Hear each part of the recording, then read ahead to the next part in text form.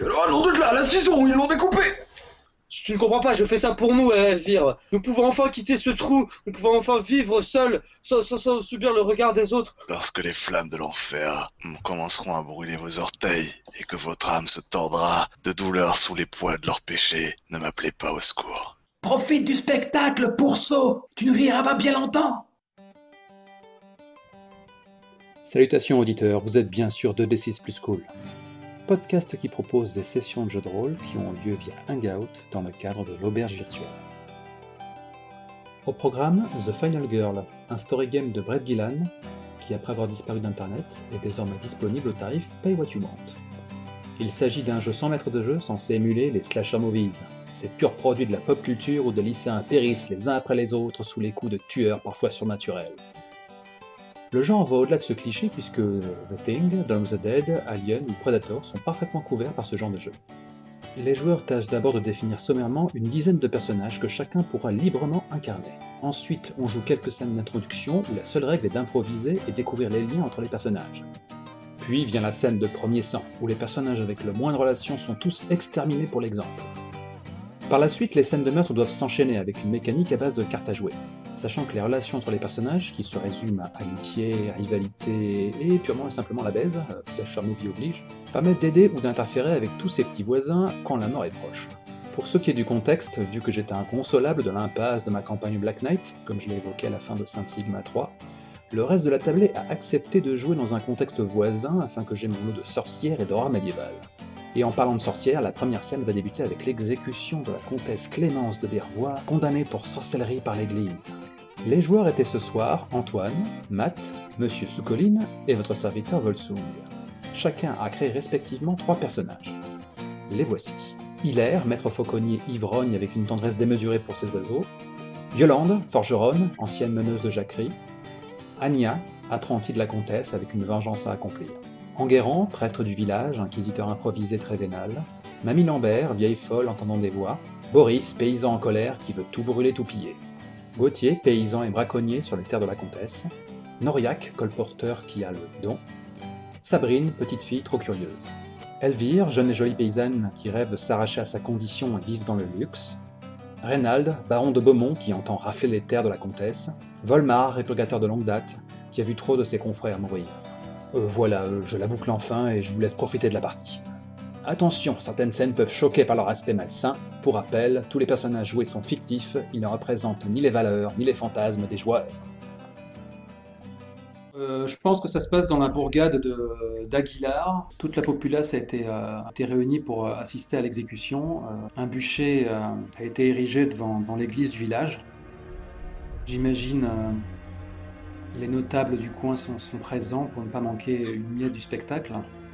Les villageois se sont rameutés parce que c'est pas tous les jours qu'on voit une dame de la haute, une figure d'autorité qui a toujours fait partie du paysage, périr dans les flammes. Et surtout quand la comtesse Clémence de Bervois a été accusée de pactiser avec le démon, d'œuvrer dans les arts occultes. Comme quoi le diable aurait pris pour compagne et qu'elle lançait des charmes que l'ordre de la lumière réprouve. On a un plan sur une ruelle, il y a une frêle silhouette qui court à toutes jambes, et on voit donc cette petite brunette qui arrive en toute hâte, qui se fraye un chemin à travers la foule, qui bouscule les gens pour arriver au plus près du brasier, pour contempler de ses yeux cette grande dame vivre ses derniers instants. Il y a une certaine fascination, excitation qui est restée sur son visage. Là maintenant, libre à vous de combler les vides. Hein. Je pense que il y a un Enguerrand qui est devant le brasier avec un livre des Saintes Écritures et une nomines qui prie en brandissant le livre devant lui et qui entend la comtesse lui hurler, commencer à proférer des paroles malsaines, des insultes et des malédictions, et je vois une sueur perle sur son front. Est-ce de la peur ou est-ce la chaleur du brasier? Et son œil effrayé se tourne un peu vers Reynald. Il a l'air de dire que fais-je, monseigneur, tu vois? Reynald est lui dans la tribune, évidemment. Il se trouve au-dessus du peuple, de la populace. Il est en train de se frotter la moustache. Mais c'est une excuse pour dissimuler le sourire narquois qu'il cache. Enfin, se dit-il, enfin ces terres m'appartiendront. Peu importe ce qu'elle a fait, ce qui compte c'est qu'elle brûle et qu'elle ne soit plus un obstacle pour moi. Il fait un signe de tête envers Enguerrand. Le prêtre m'a été utile, peut-être pourra-t-il rester, conserver et prendre une nouvelle place dans ce village lorsqu'il sera mien. Puis très vite, ses yeux se détournent d'Enguerrand et il cherche quelqu'un dans la foule. Il balaye la foule, des miséreux, des crotteux, venus voir une comtesse mourir, comme on pourrait égorger un cochon. Puis, il voit une jeune fille, une jeune et jolie paysanne. Elvire tâche de se dresser au-dessus de la cohue de Badaud. Elle guette la châtelaine qui n'est pas encore présente. Et, alors que ses yeux balayent effectivement les environs et qu'elle observe avec plus d'attention les différents bourgeois et les gentilshommes présents, puisqu'après tout, nous savons qu'Elvire a de la suite dans les idées, elle finit par remarquer qu'elle a capté l'attention du baron de Beaumont. Elle hésite un peu, elle se déplace, elle remarque que le seigneur la suit dans son manège. Elle hoche la tête, minaude, passe la main dans ses cheveux et le gratifie d'un sourire. Donc une clameur parcourt l'assistance, on remarque à quelques distances de là, une procession. Ce sont des soldats qui approchent. Et derrière, on peut distinguer des chevaux qui tractent une cage.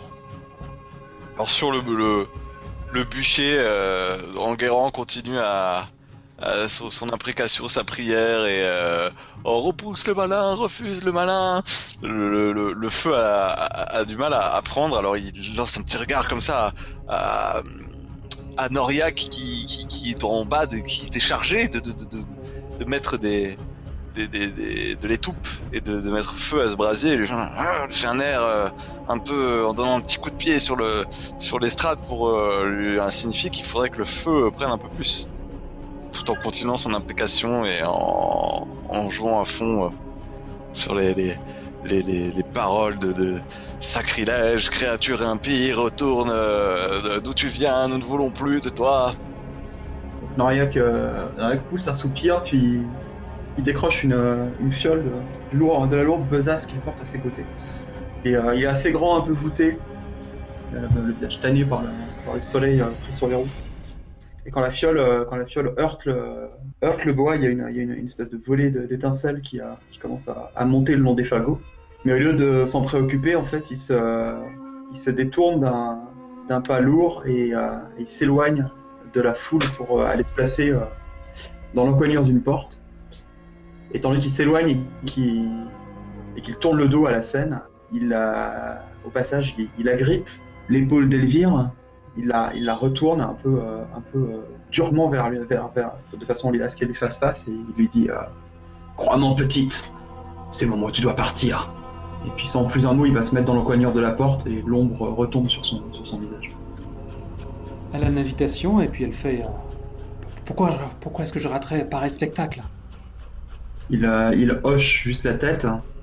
Il a un visage assez dur, mais comme Elvire n'est pas extrêmement grande, elle ne peut pas s'empêcher de noter que les mains cramponnées sur son bâton tremblent fortement. Il a l'air extrêmement, on va dire, ému ou sous le choc. Hein. Et il se contente de grommeler quelque chose tandis qu'il s'éloigne. Il la regarde intensément. Il y a juste un plan sur Elvire qui marmonne quel vieux fou. Et au loin, Enguerrand commence à subtilement orienter son prêche de cette vieille sorcière doit mourir et brûler, et à la cantonade, mais en poussant sa voix vers Reynald, commence à dire que seuls les vertueux sauront reprendre la direction de ce village, ils auront la grandeur d'âme et la puissance de rétablir la justesse et la vérité dans nos âmes, et des hommes comme cela existent, j'en suis sûr. Le Seigneur nous parle et nous indique que nous aurons bientôt un grand homme qui viendra enfin remettre de l'ordre dans notre village. Et comme pour ponctuer la phrase d'Enguerrand, Reynald se lève, un sourire franchement ouvert sur son visage. Mes amis, cela fait trop longtemps que vous subissez les injustices d'une femme qui se croyait supérieure à vous. Or moi, je vous le dis, tout baron de Beaumont que je suis, cette femme ne vous est pas supérieure. Non, elle vous est bien inférieure. car, avide de pouvoir, elle s'est abaissée plus bas que la bête, plus bas que les animaux. Et je vois sur certains visages une peur. Mes amis, vous ne devriez pas avoir peur. Ceci n'est pas un moment de recueillement. Ceci n'est pas un moment de crainte, c'est un moment de célébration. Reynald frappe dans les mains, ses 2 mains couvertes de bijoux. Et derrière le podium, une charrette à bras tirée par 2 hommes amène du pain, des miches de pain, qui sont vite balancées à la foule pour donner une impression de fête. Et Reynald, profitant du fait que l'attention soit maintenant détournée de lui, fait signe à Noriak, un signe discret. Alors Noriak, un peu à contre-cœur, du coup, il quitte l'encoignure et il s'avance à pas pesant. Son regard se lève vers toi. Il fait quel temps d'ailleurs qu'on a pas défini ça? Je prends Il fait légèrement, il pluviote. Pluvieux. Ouais, c'est pour ça qu'on a du mal à allumer le feu, c'est parce qu'il pluviote. Ouais, je pense effectivement que le ciel est couvert, parce que de toute manière, il faut commencer à instaurer un climat un peu morose. J'en profite que tu nous aies envoyé la balle juste pour rebondir à la description des présents de Reynald. Donc, grande clameur à la fois à nouveau qui s'élève d'une centaine de gorges quand un homme rougeau s'exclame C'est vrai, nous sommes libérés, vive le baron !» Les soldats doivent limite retenir la foule qui manque et de se servir directement dans la carriole. Les gens commencent limite à se battre pour s'arracher les miches de pain les uns les autres.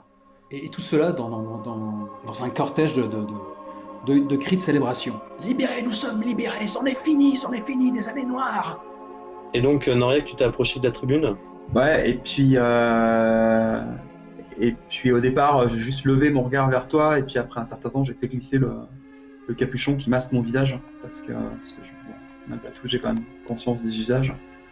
Et j'ai commencé à te fixer, à appuyer sur mon bâton, et en hochant la tête d'un air réprobateur. Reynald ne daigne même pas te regarder, il pianote de sa main sur le bord de l'estrade. On peut entendre le cliquetis de ses bagues sur le bois mouillé. Et il se met à parler, tu devines que c'est à toi qu'il s'adresse, même si rien de son attitude ne pourrait le faire remarquer. Est-ce de l'arrogance? Est-ce un désir de discrétion? Noriak, j'espère que vous avez fait ce que je vous ai dit. Je veux qu'elle souffre, je veux qu'elle brûle longtemps. N'oubliez pas que votre fils est toujours dans mes geôles. Si vous ne voulez pas qu'il y reste plus longtemps, faites ce que je vous dis. Puis d'un geste de la main, il fait mine de te congédier. Noriak lâche entre ses dents le feu ne changera rien. Et puis il s'éloigne lentement et il retourne vers le mur de fagot et il commence à l'arranger. Et de temps à autre, il retourne la tête et il regarde le seigneur du coin de l'œil pour lui montrer qu'il a bien entendu le message. Alors que les festivités deviennent interminables, la foule finit par se rappeler ce pourquoi elle est là. Après que les soldats aient ramené un semblant d'ordre, il y a un vieillard édenté qui est perché sur un toit qui s'exclame Il est temps que la putain brûle! Il est temps qu'elle paie pour ses crimes! Faites-la crier, faites-la cuire! Un brouhaha à travers la foule. Les soldats s'exécutent, on finit par ouvrir la cage, et c'est là qu'on a enfin le temps de s'attarder un peu sur la comtesse Clémence de Vervoire. Jadis hautaine, jadis qui regardait le peuple du haut de ses tours, qui daignait à peine leur adresser son intérêt. La voici, le visage tuméfié, vêtue de haillons, traînée dans la boue. Elle a pourtant une certaine rage dans le regard.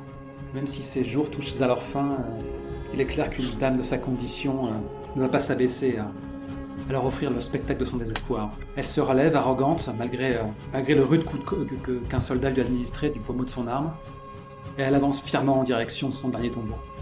Reynald pense pour lui-même « Tu as refusé ma couche, soit. Eh bien brûle maintenant. » Elvire reste subjuguée par le spectacle. Elle avait toujours envié la comtesse, rêvait d'être à sa place, sauf peut-être en cet instant. Les hommes du baron l'empoignent, s'empressent de la percher sur le bûcher, ils l'entravent, et pendant ce temps elle ne cesse de fixer la foule, comme si elle versait goutte à goutte tout le dépit, tout le mépris qu'elle pouvait avoir pour eux.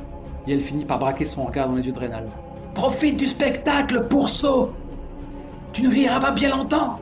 Enguerrand essaie d'ignorer ce que dit la comtesse et prie en serrant son livre et limite en cachant ses yeux derrière le livre pour pas croiser le regard de la comtesse.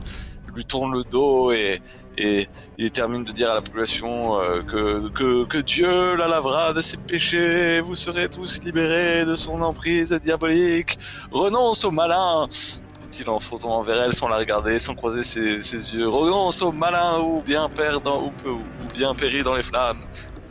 À ce moment-là, elle part d'un rire guttural qui part dans les aigus, balançant sa tête en arrière avec des yeux fous, et elle finit à nouveau par braquer son regard perçant, ses yeux qui brillent tels des braises dans ceux du prêtre Enguerrand, avec un sourire jusqu'aux oreilles, et des belles dents blanches et elle finit par tâcher de lui cracher au visage tant qu'elle le peut du haut de son perchoir. Tu es pathétique, petit homme, pathétique. Donc Enguerrand essaie d'ignorer le crachat en se protégeant avec son livre et prie en fait plus intérieurement pour que le feu prenne vite et fasse taire cette femme dont il a clairement peur. Donc, du coup, Noriak s'active, il fait le tour du bûcher en allumant de multiples foyers, et alors qu'il passe dans le dos de la comtesse, il lui murmure Où as-tu posé tes sortilèges? Dans le bois, dans le château, dans les caves? Elle finit par répondre à voix basse. En quoi il t'intéresse, vieillard? Parle, maudite, car sous peu tu seras réduite en cendres.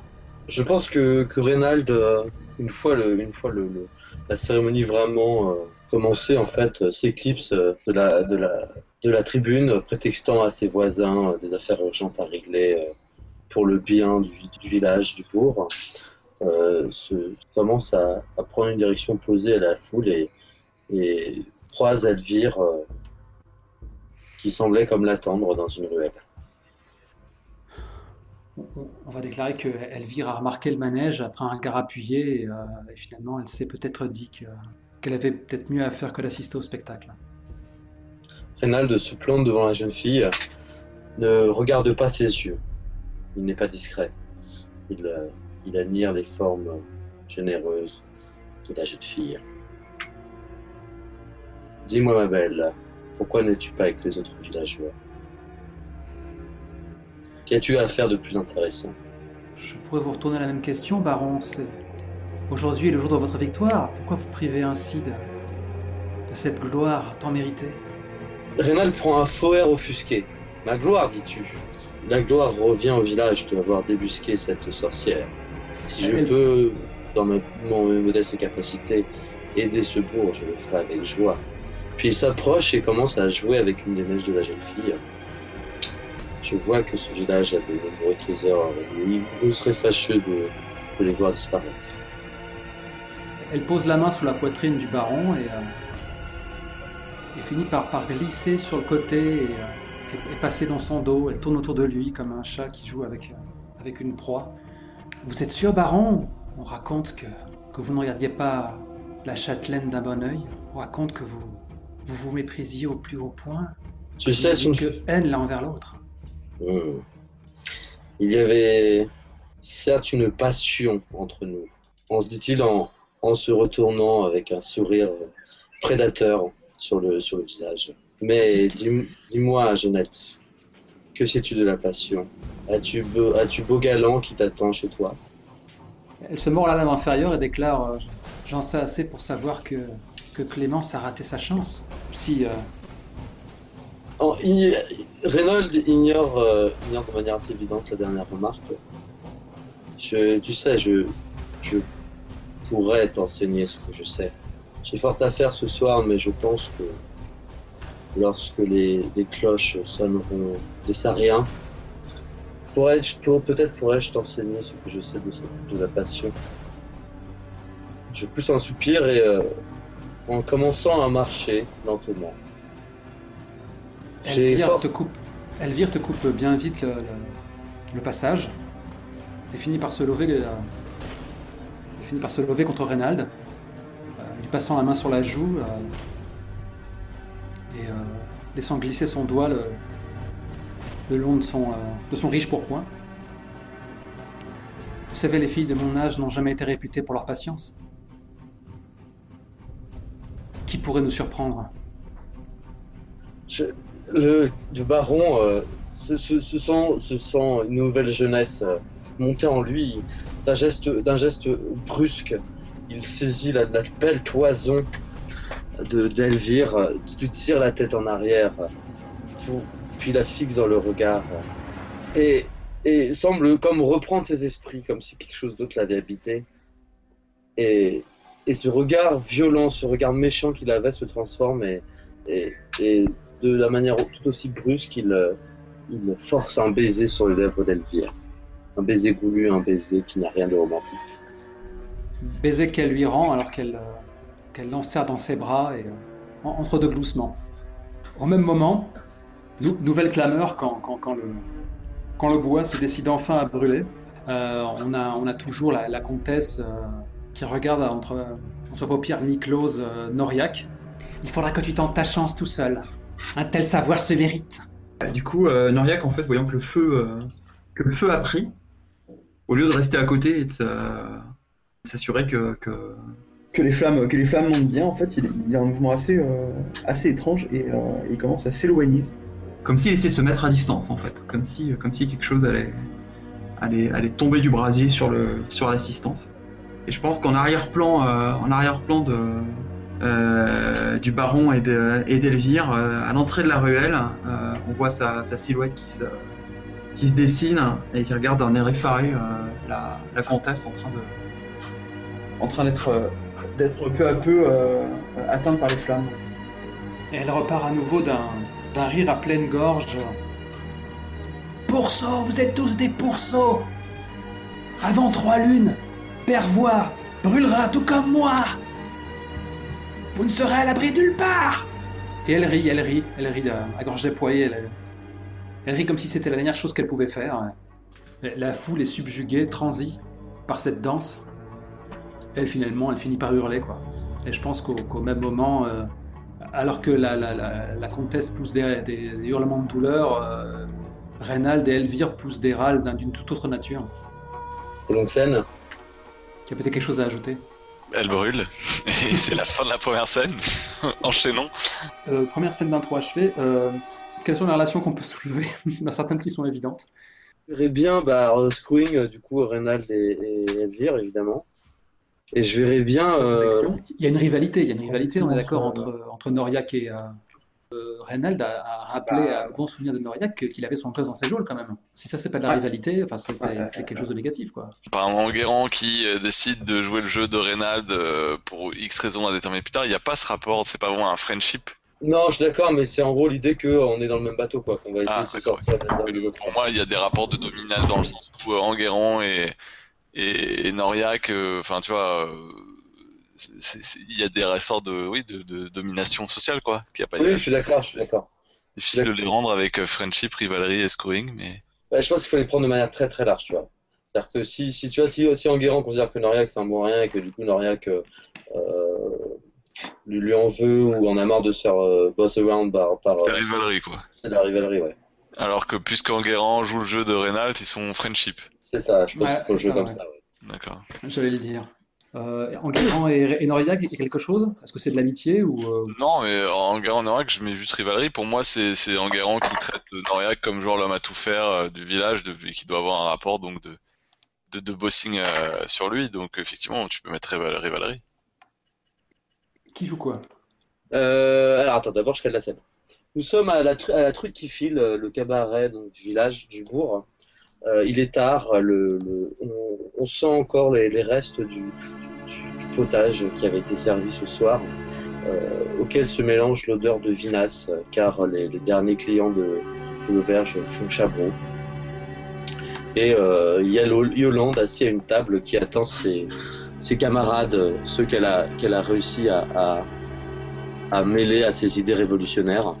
Et elle attend à la table. Peut-être y a-t-il déjà d'autres gens qui sont attablés avec elle dans un coin sombre de l'auberge. Matt, tu prends qui? Ouais, je vais prendre le Volmar. Colin? Je pensais peut-être à Gauthier par intérêt. Et moi. On peut pas le faire sans Boris, hein. Ouais. On va pour Boris.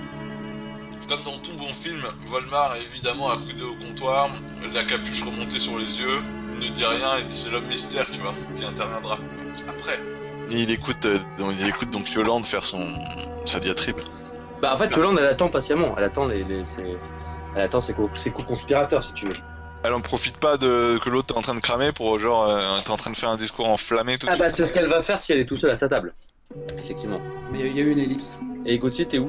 Au départ, je pensais que c'était une réunion de conspirateurs, donc je pensais qu'on serait tous à la table, mais Tu peux me rejoindre, je me sens. ouais, moi je peux être à côté de toi, parce que moi je suis chaud bouillant.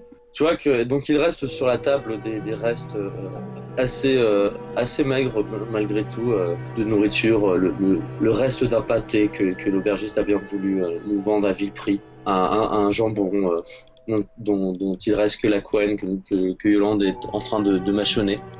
Et puis elle lance et malgré ce jour qui devrait être un jour de joie pour elle, elle a un regard, elle a un visage sombre, il y a quelque chose de très sombre sur elle.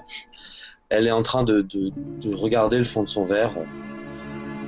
Gauthier, ce n'est pas comme ça que je voyais les choses. Il va nous falloir nous hâter. J'ai l'impression que nos idéaux vont se faire empiéter par des gens, des étrangers au village. Je sais que je peux compter sur toi. Puis elle te lance un regard interrogateur. Il mâchonne un peu le pain trempé dedans, et en obscurant les gencives avec la langue. Bien sûr qu'on peut compter sur moi, on peut toujours compter sur moi.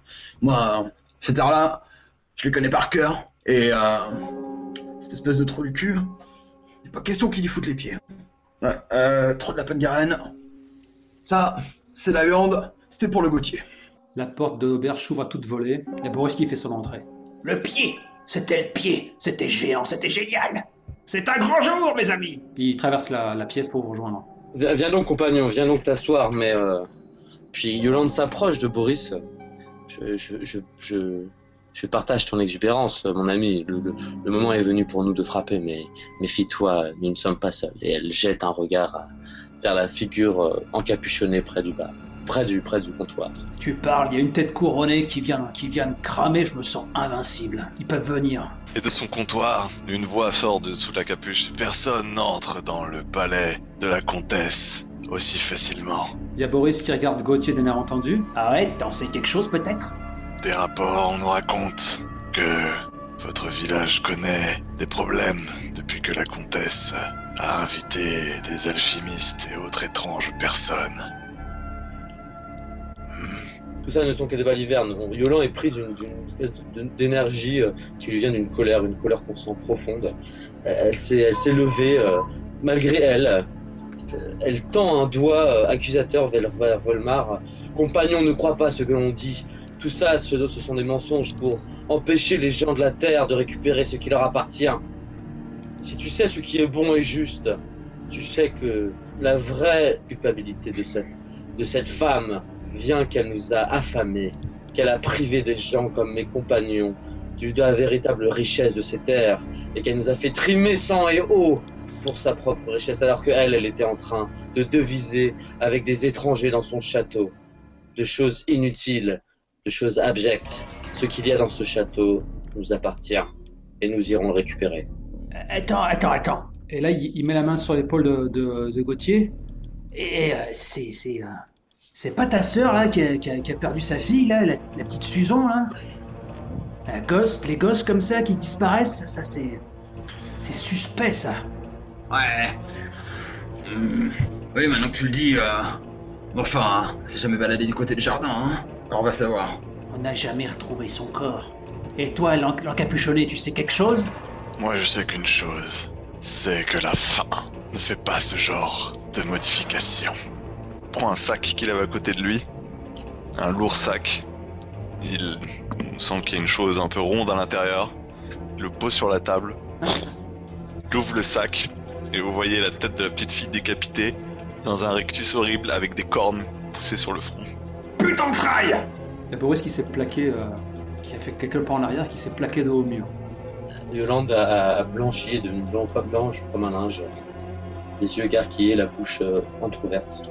Gauthier se redresse, dégaine l'espèce de petit poignard qui porte toujours à sa ceinture, caché dans les plis de son manteau, de son pourpre. Et il se retourne vers le type au comptoir. D'où tu sors ça, toi, étranger? Je suis un chasseur. Comme toi, apparemment. Je chasse pas le même genre de gibier que toi. Alors, si vous voulez mener une petite révolte et aller brûler le château, grand bien vous en fasse. Et j'espère que vous êtes armés pour ce que vous allez y rencontrer. Alors tu sens que Gauthier, il a pas tout à fait capté ce qui vient de se passer. Et qu'il a les yeux chargés de colère, quoi, quand il te regarde, avec la tête à côté, quoi. Et il commence à lentement s'approcher de toi. Il est passé en mode vengeance, quoi. Il y a Boris qui observe le manège, qui finit par comprendre et qui commence à s'approcher lui aussi, brandissant un gourdin. Qu'est-ce que vous voulez faire? Vous avez vous blessé avec ces ustensiles? Qu'est-ce que tu lui as fait? Tu viens dans le village, tu décapites des enfants. Et tu leur plantes des trucs dans le crâne? C'est toi qui es un adorateur du bouc. Qu'est-ce qu'il t'a promis? Rien, je suis là par ordre du cardinal Rupert Vanbrut. Je sors un papier avec un parchemin avec un sceau. Rupert Vanbrut, voilà.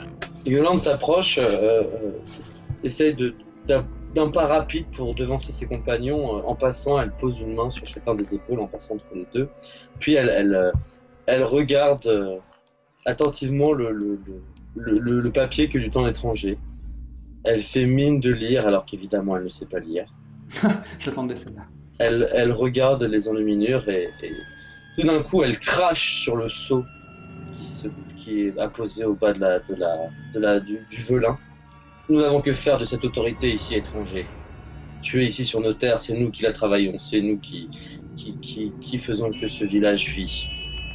Mes compagnons sont en colère et tu viens de montrer quelque chose d'horrible. Je serai toi, je quitterai le village. Tu ne trouveras rien qui te suffira ici. Volmar tourne les talons, se dirige vers la porte de l'auberge, se fait un 3/4 en regardant les gens du haut de son épaule. Lorsque les flammes de l'enfer commenceront à brûler vos orteils et que votre âme se tordra de douleur sous les poids de leurs péchés, ne m'appelez pas au secours. On peut pas le laisser filer, vous avez vu ce qu'il lui a fait? La pauvre gosse. Yolande se précipite, saute derrière le comptoir de manière assez habile, d'ailleurs étrangement habile pour une femme de sa stature. Elle prend un pot de grès et le renverse, le projette sur la tête et du gros sel se répand sur le sol. Puis elle commence à baragouiner des paroles, des superstitions paysannes pour chasser le malin. Je pense qu'on peut s'arrêter là. Je pense aussi, ouais. Je pense que c'est pas mal. Bilan.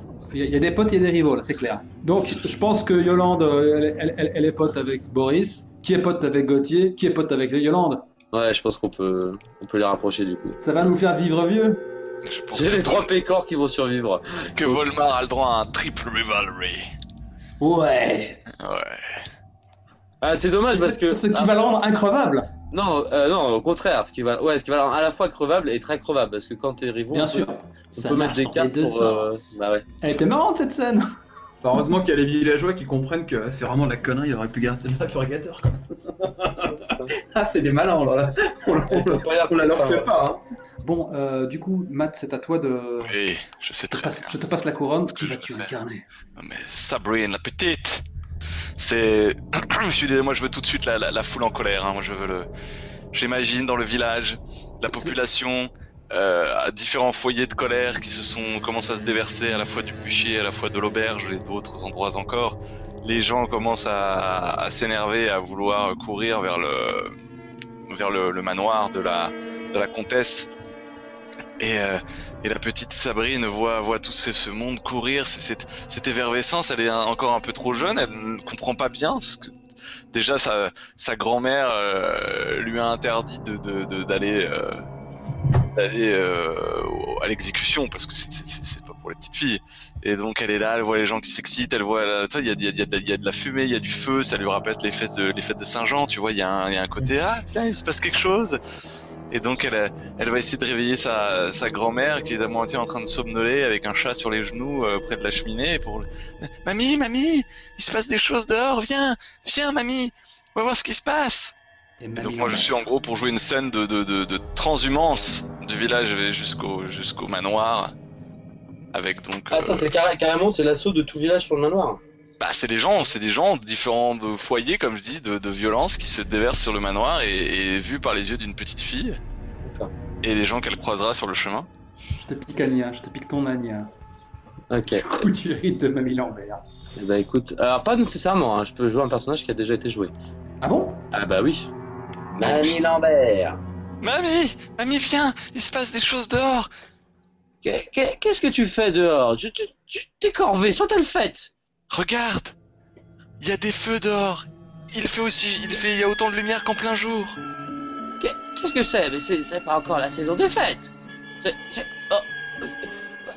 Va donc voir ce qu'il se passe et reviens. Je ne peux pas oublier tes corvées. Sabrine, tu sais bien que je ne peux compter que sur toi. Avec mon dos, il faut vite que tu reviennes aider ta pauvre grand-mère. Viens avec moi. Donc je tire la main de sa grand-mère en poussant le chat de ses genoux. Viens, mamie, viens avec moi. Viens dehors. Bon, ce n'est pas la peine de tirer ma robe comme ça. Ce n'est pas ton cousin Hilaire qui nous aiderait de toute façon. Va donc devant nous dire allez voir ce qu'il y a. Mamie te rejoint vite. Donc Sabrine sort dans la rue où les gens commencent à bouger avec des torches, commencent à pousser des cris. Et elle voit effectivement son oncle, c'est ça? J'ai compris, ou son cousin, tu as dit? Hilaire, t'as dit que c'était son oncle? Ouais, ça, son oncle, ouais. J'avais dit le cousin Hilaire, mais pour toi, c'est peut-être ton oncle. Hein. Voilà, bon, enfin, en gros, Hilaire, elle le voit, j'imagine, sur le pas de sa porte, mais dans quel état est-il? Non. Il est pas là. Elle est pas là. Bon. Cousin Hilaire, il est pas là. En sortant donc précipitamment de la maison pour essayer de trouver son cousin Hilaire, elle rentre dans une femme qui était en train de se déplacer prestement vers les mouvements de foule. Voilà, petite, regarde où tu vas.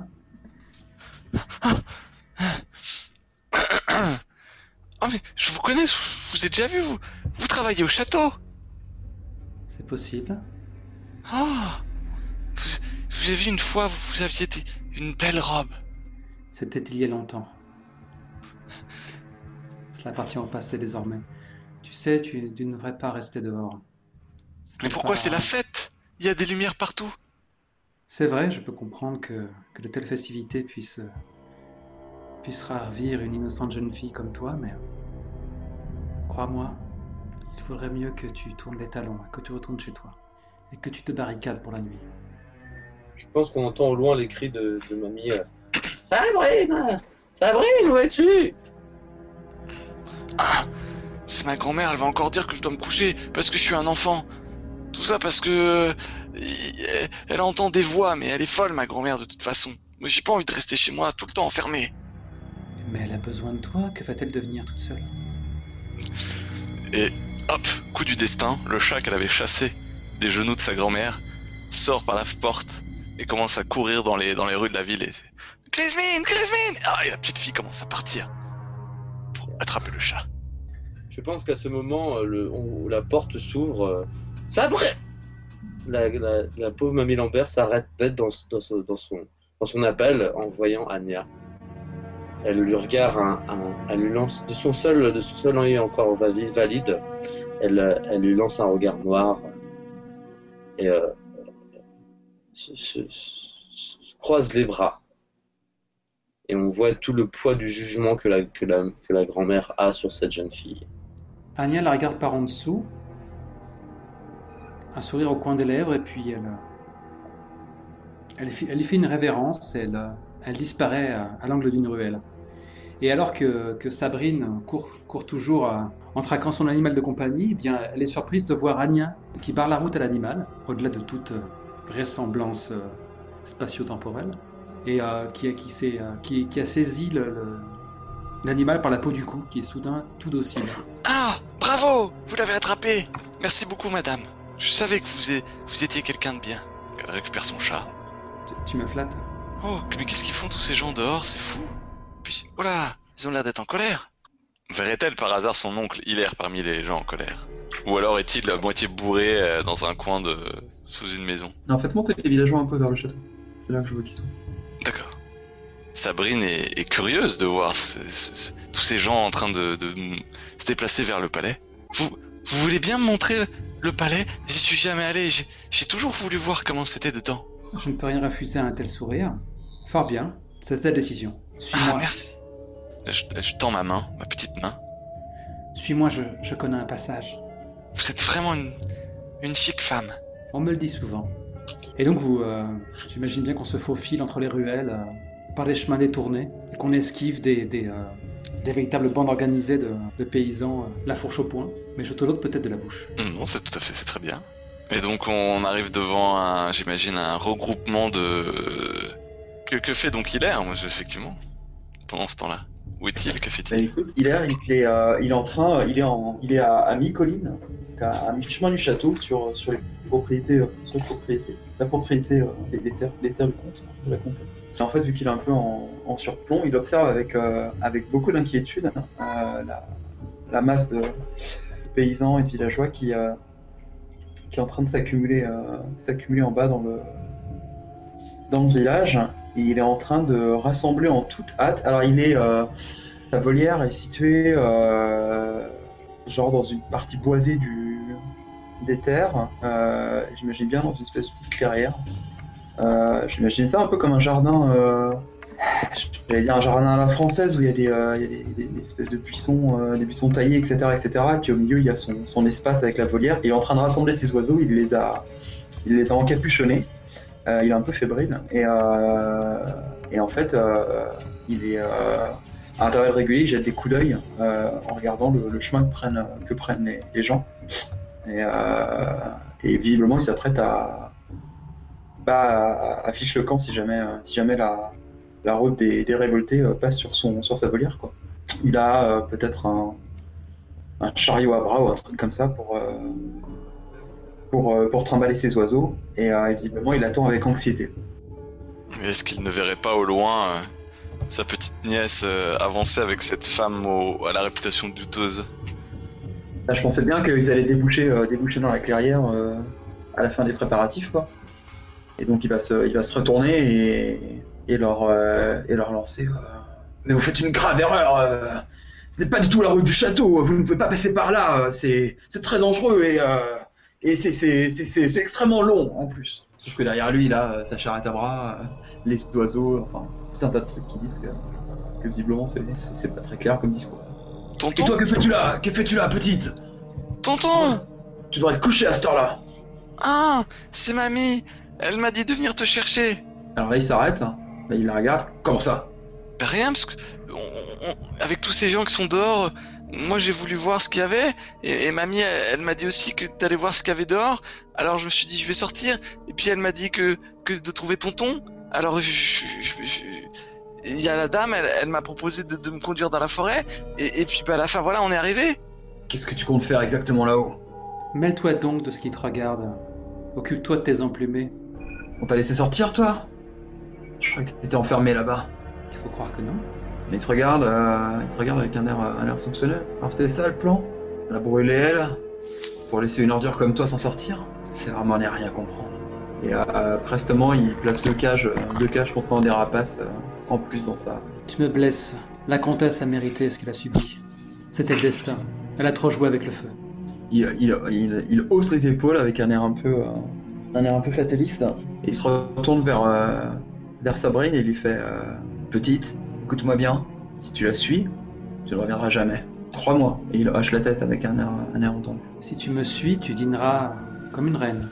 Sabrine qui ne sait pas sur quel pied danser, elle a l'air un peu perdue. Ce serait peut-être un bon moment pour que Mamie Lambert ait décidé de surgir et de débouler dans la scène.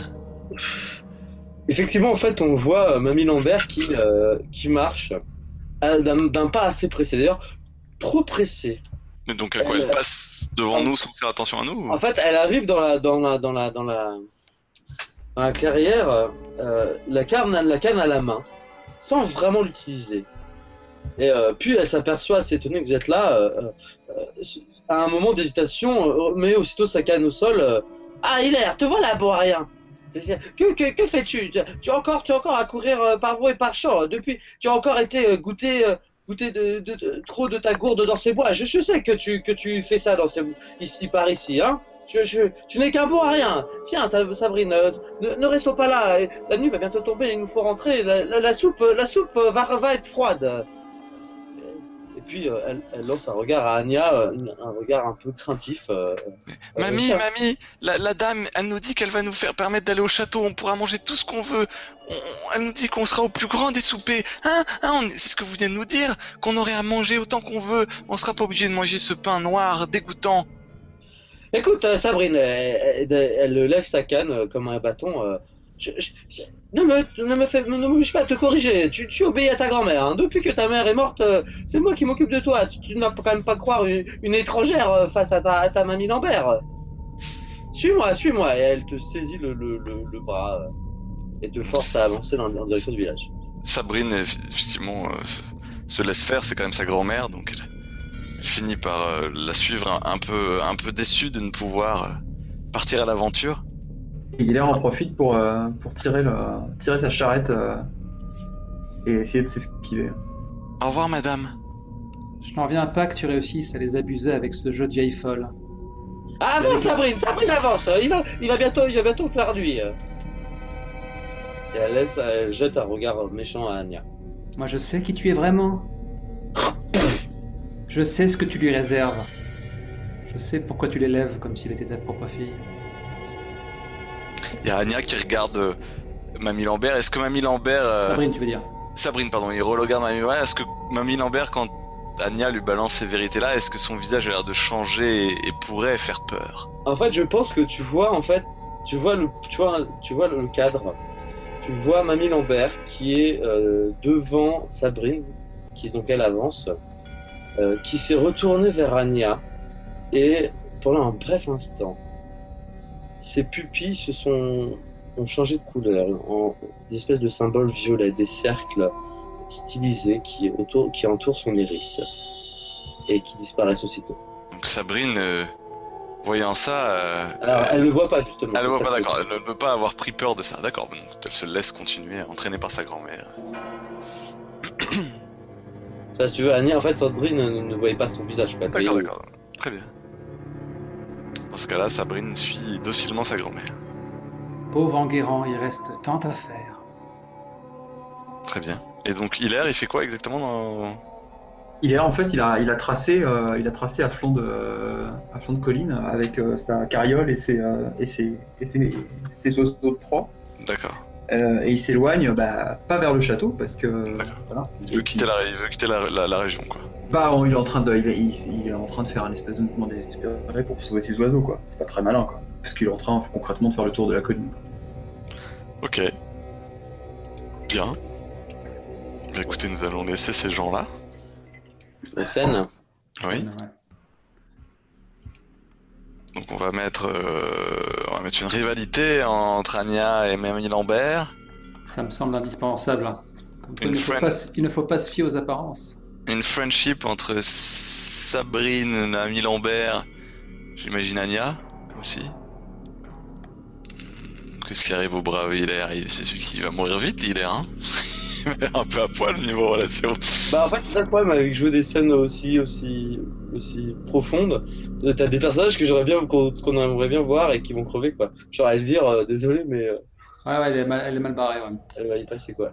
En même temps, elle est raccord avec les films d'horreur, hein. Ouais, elle va mourir. C'est ce que je me suis dit. Donc, du coup, c'est la scène de boucherie maintenant.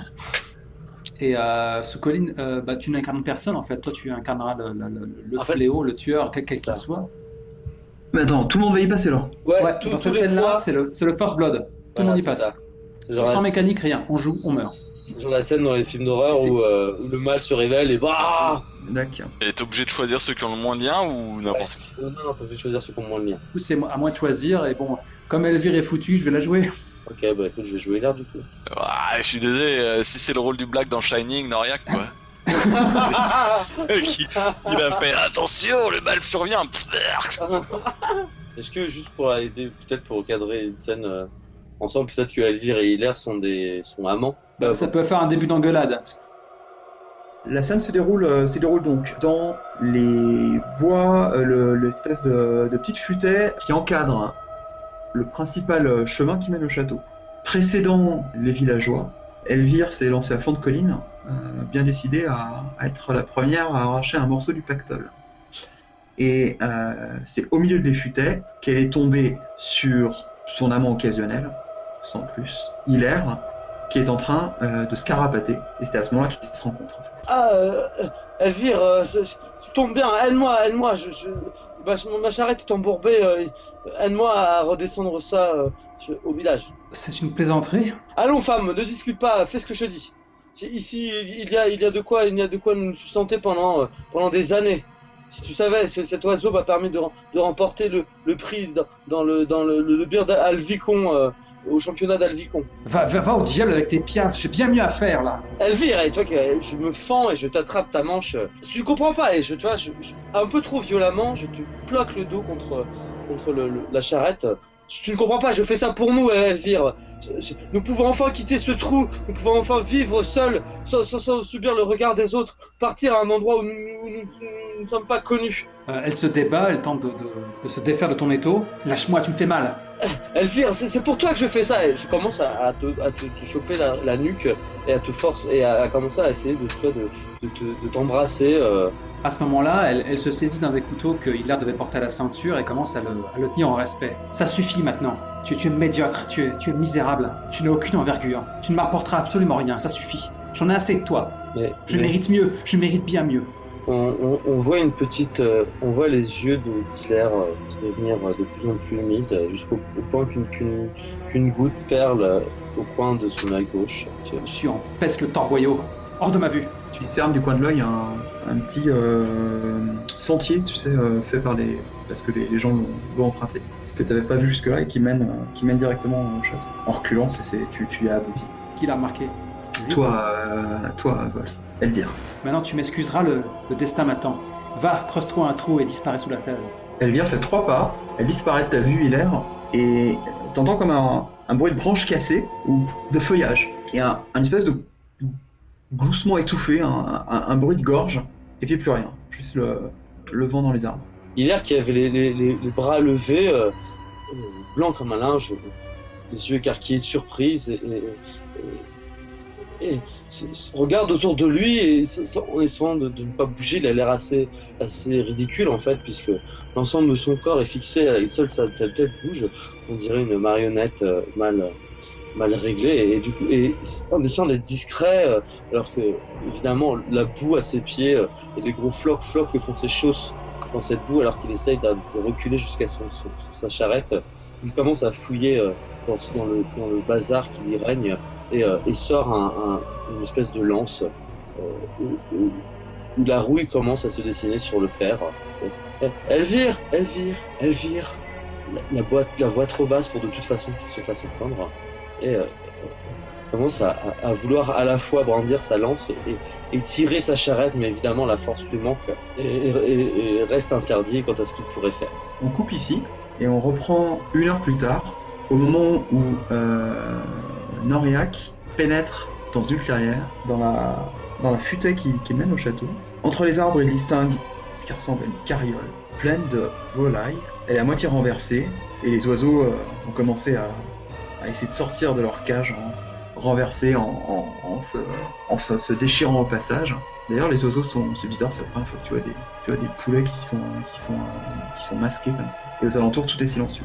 Noriak s'approche, regarde la carriole et les oiseaux renversés, il bouge une cage et 2, puis il voit des traces de pas, s'avance suivant ces traces puisque le temps était un petit peu pluvieux, donc le sol était un peu boueux, les traces de pas ont pu bien marquer le sol. Il s'avance, il s'approche, a à peine le temps de voir une paire de jambes couchées sur le sol qui a l'air d'être traînée d'un coup très vivement, qui disparaît dans un fourré.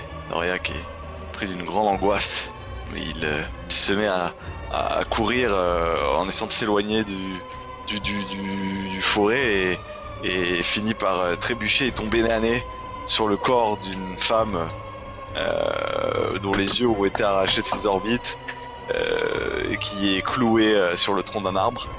Et qu'il a la boue sur son visage, il se relève et voit ce corps crucifié sur l'arbre. Et que lui arrive-t-il? On cut au moment où l'arbre qui est juste derrière lui, les branches s'affaissent légèrement et viennent lentement s'enrouler autour de sa taille et le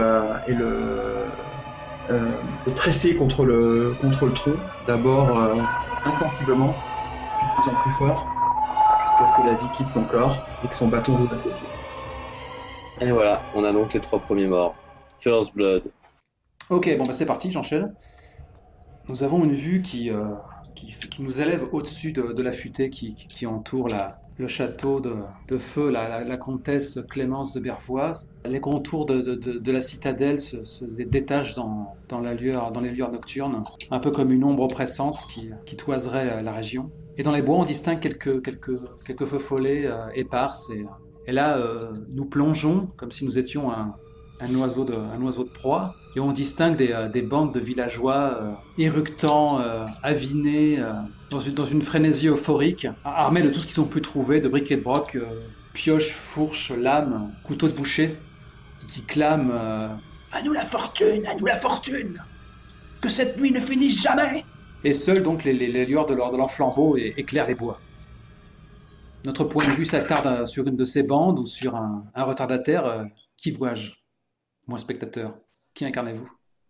Qui incarnes-tu, Antoine, après tout, car tu es le premier? Écoute, je pense que je vais jouer Gauthier. Ouais, c'est un bon client. Pour ce genre de scène. Bah, Gauthier me semble obligatoirement suivi par Yolande ou Boris, donc allez, moi je vais prendre Yolande. Tu hérites de Boris, ça te convient, monsieur Soukoline? Ouais. Il ne pourra en rester que 2. Donc là, on tirera 3 cartes, c'est ça? Oui, là pour l'heure, vous tirez une carte plus le nombre de relations que vous avez. Vous en avez 4 cartes. Attaquer. Regarde-moi le roi de pique là que je te donne. Tac. Ah, la classe. Voilà, ça c'est un survivor. Oh là, par contre ça c'est caca.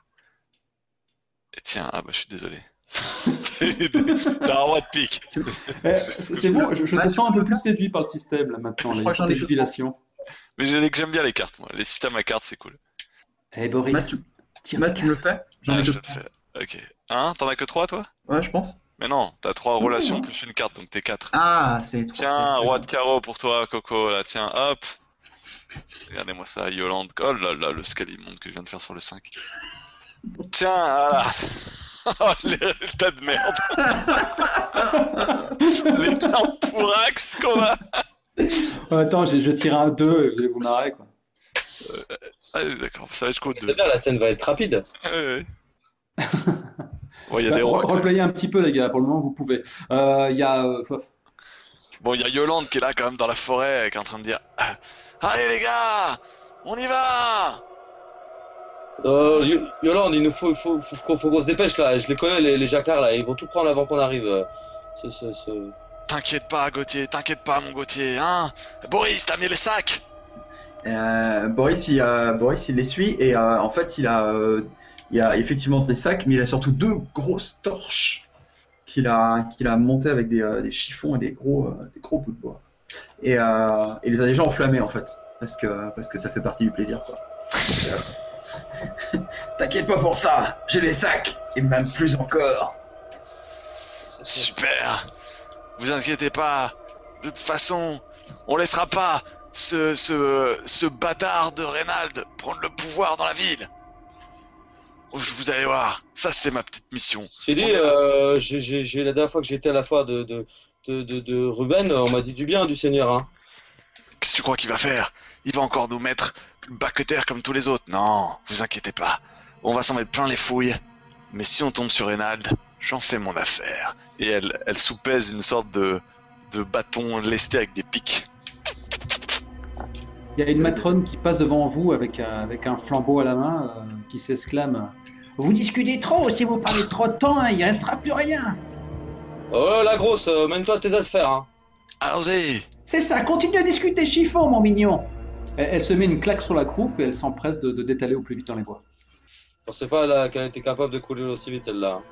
Avec le cul qui se promène. Allons-y, regardez.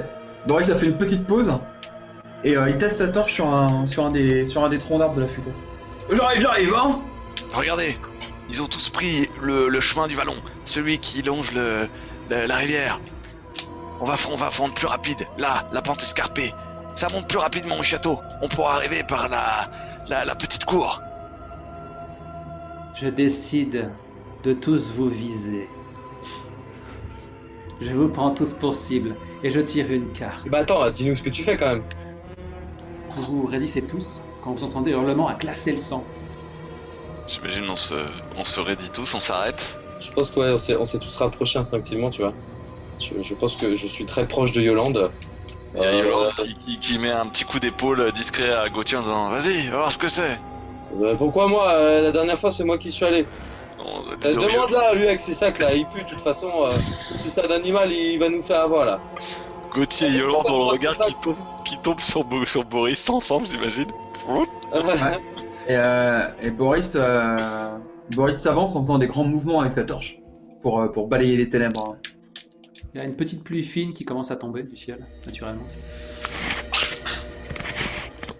Ça coule sur ton visage, c'est poisseux. Je m'avance vers l'origine du cri et en continuant à faire reculer les ténèbres à coups de torche. Il y a un truc qui heurte ton épaule. Je retourne la tête. Ça ressemble à... Ouais, c'est une main qui est coupée au niveau du poignet. Ah bah bon de là. On dirait qu'il reste des gardes dans ce bois. Et en fait, tu te rends compte que t'es couvert de sang. Alors pouah, bah saloperie hein. Alors ça c'est vraiment dégueulasse. Et je commence à secouer un peu ma chemise. Et puis je me retourne vers les autres, je fais bon alors qu'est-ce que vous attendez bande de moi rien. Qu'est-ce On que y va t'as à ce vu château ou quoi? Qu'est-ce que t'as vu? Qu'est-ce qu'il y a? Pourquoi tu cries comme une femme? Et alors que tu te retournes et que tu beubles comme un putois, je tire un valet de cœur. Tu peux survivre en jetant ton roi. Alors que tu te retournes pour aboyer sur tes comparses, t'entends un fracas derrière toi, et en fait t'as le reste de la matrone en fait qui vient de tomber. Il y a sa tête, sa poitrine, dépourvue de bras, et ses entrailles, ses viscères qui sont répandus partout. Alors nom de là, la saison, ils l'ont découpé. Qu'est-ce que tu racontes, Boris? Arrête de dire n'importe quoi. Et alors que tu recules pétrifié devant cette scène d'horreur, tu entends une sorte de grincement comme si les arbres avaient l'air de parler entre eux. Quand tu te retournes subitement, tu réalises que les racines d'un vieux chêne se sont déplacées dans ta direction comme autant de phalanges d'une main qui serait composée de bois. Ok, je fais oh là, bon de là, y a des trucs pas clairs dans ce bois. Et je balance une de mes torches vers la main et je me retire vers mes camarades en commençant à reculer à grands pas. Boris, mais pourquoi tu trembles comme ça là? On dirait que t'as vu le démon. Là-bas, la racine, bon de là, la saison, il est coupé en deux. Qu'est-ce que tu racontes? Est-ce que tu as quelque chose pour contrer mon valet de cœur, Yolande? Donc j'imagine Yolande s'avance pour voir ce qu'il en est. Et elle dit mais y'a rien. Elle se retourne comme ça vers les deux gars en disant mais y'a rien. Juste une rave. Et à ce moment-là, t'as une branche qui touche naturellement, qui sort de ta gorge, qui te soulève. Attends, qui transperce sa gorge? Ouais. Bah attends, on peut jouer des cartes, moi. Yolande, elle a rien. Yolande, elle a le cadeau. En tout cas, moi je décrivais une racine qui s'entourait autour de mon pied pour me donner encore une chance de peut-être survivre. Mais si vous la sauvez pas, ok. Ah si, moi je vais la sauver. Ah, nous on peut te sauver aussi? En fait, comme on a des liens d'amitié, les liens d'amitié permettent de jouer des cartes pour sauver. Tout à fait. Mais le problème c'est qu'il n'y aura rien pour te sauver toi. C'est ça, il est en train de sauver Yolande. Alors, si tu veux, ou plutôt que la transpercer, on va dire qu'elle se met à serrer la gorge, si ça te va. Ouais. D'accord. Du coup, je me précipite et je suis en train d'essayer de soulever Yolande par ses pieds pour pas qu'elle se fasse étrangler. Puis je m'aperçois un peu bêtement que en fait, elle est pas en train de mourir pendue. Elle est en train que le truc est en train de se serrer la gorge alors qu'elle devient bleue, qu'elle a du mal à respirer, qu'elle ne peut même plus parler. Et je sors un couteau, une dague à ma ceinture. J'essaye de trancher la branche qui est qui résiste à mon couteau. Je force. Et à un moment, la branche se brise, se déchire plus que si elle n'est vraiment coupée, et un liquide noirâtre se répand sur moi. Tu retombes lourdement au sol. Yolande, qu'est-ce que tu fais? T'inquiète pas, je reviens vers toi, Antoine. Yolande tombe au sol et essaie de courir le plus loin possible de ses branches et de reprendre son souffle avant tout. Je reprends un peu de consistance. Contenance. Et de contenance, merci, j'étais en train de chercher. Et je jette Gauthier. Donc alors, Gauthier, que tu retombes lourdement sur le sol, dans un tapis de feuilles mortes, avec cette branche sectionnée qui sécrète cette sève contre nature, tu regardes presque stupéfait l'arbre qui a tenté de s'en prendre à Yolande, et qui a un nœud dans le tronc qui nous semble se dessiner un visage, une sorte de vieux visage ridé, avec des yeux creusés, noirs comme des puits. Et il y a une sorte de sourire qui se dessine sur l'écorce, et tu entends une sorte de rire sépulcral. Et à ce moment-là, les racines de l'arbre commencent à vouloir t'en serrer les membres. Il te reste une carte sympa là ou pas? Ah non, il va mourir comme un caca. Ah ouais, je vais mourir. Eh bien, t'as une racine qui claque comme un fouet sur ta cuisse, l'autre qui claque sur ton bras. Tu commences à être soulevé du sol. Yolande en tout cas, elle est horrifiée par ce qui se passe et elle recule pour sauver sa vie. Je pense que moi je hurle comme un pourceau. Hein. Donc déjà trop contente d'avoir survécu à la première tentative de meurtre sur elle, elle s'éloigne. Chaque mouvement de l'arbre est accompagné d'une cacophonie de craquements. Et il y a un craquement plus fort que les autres qui se fait entendre au moment où Gauthier est déchiré, comme on déchirait un pantin désarticulé. Il y a tes os qui craquent, il y a ta chair qui est mise à nu, tes viscères qui se déversent sur le sol. Et l'espace d'un instant, les branches jouent avec les deux fragments de ta personne. Je pense que Yolande et Boris se regardent en faisant « C'est sorcellerie, il faut brûler le château, il faut brûler le château !» À ce moment-là, le tronc de l'arbre se zèbre comme une gigantesque bouche dont l'écrou serait composé d'écorce, et elle commence à mâcher tout cru les morceaux de son repas de fortune. Donc je pense que Yolande et Boris partent en hurlant dans la forêt. Et il va falloir leur donner quand même une bonne raison pour avoir envie d'aller au château. De toute façon, vous n'avez pas besoin d'y aller pour être traqué par la malédiction. C'est ça. Et naturellement, alors que vous courez vous tombez à moitié dans la boue, que vous heurtez les arbres par maladresse, et en même temps vous en écartez comme pris d'une sainte terreur, vous continuez à entendre des rires qui viennent de partout, de sorte de ricanement, comme si la forêt se moquait de vous.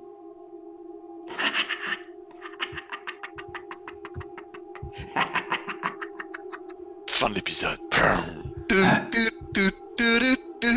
Générique. La suite est fin très bientôt. Je ne cache pas qu'on en a fait des caisses et que la première scène s'éternise plus que de raison, mais quand on aime, on ne se prive pas. Si cela vous a plu, n'hésitez pas à nous le faire savoir et à le faire savoir. Un petit commentaire sur iTunes ou les réseaux sociaux booste la visibilité. Je ne vous l'apprends pas, le buzz fait vivre sur le web. À la prochaine, mes agneaux.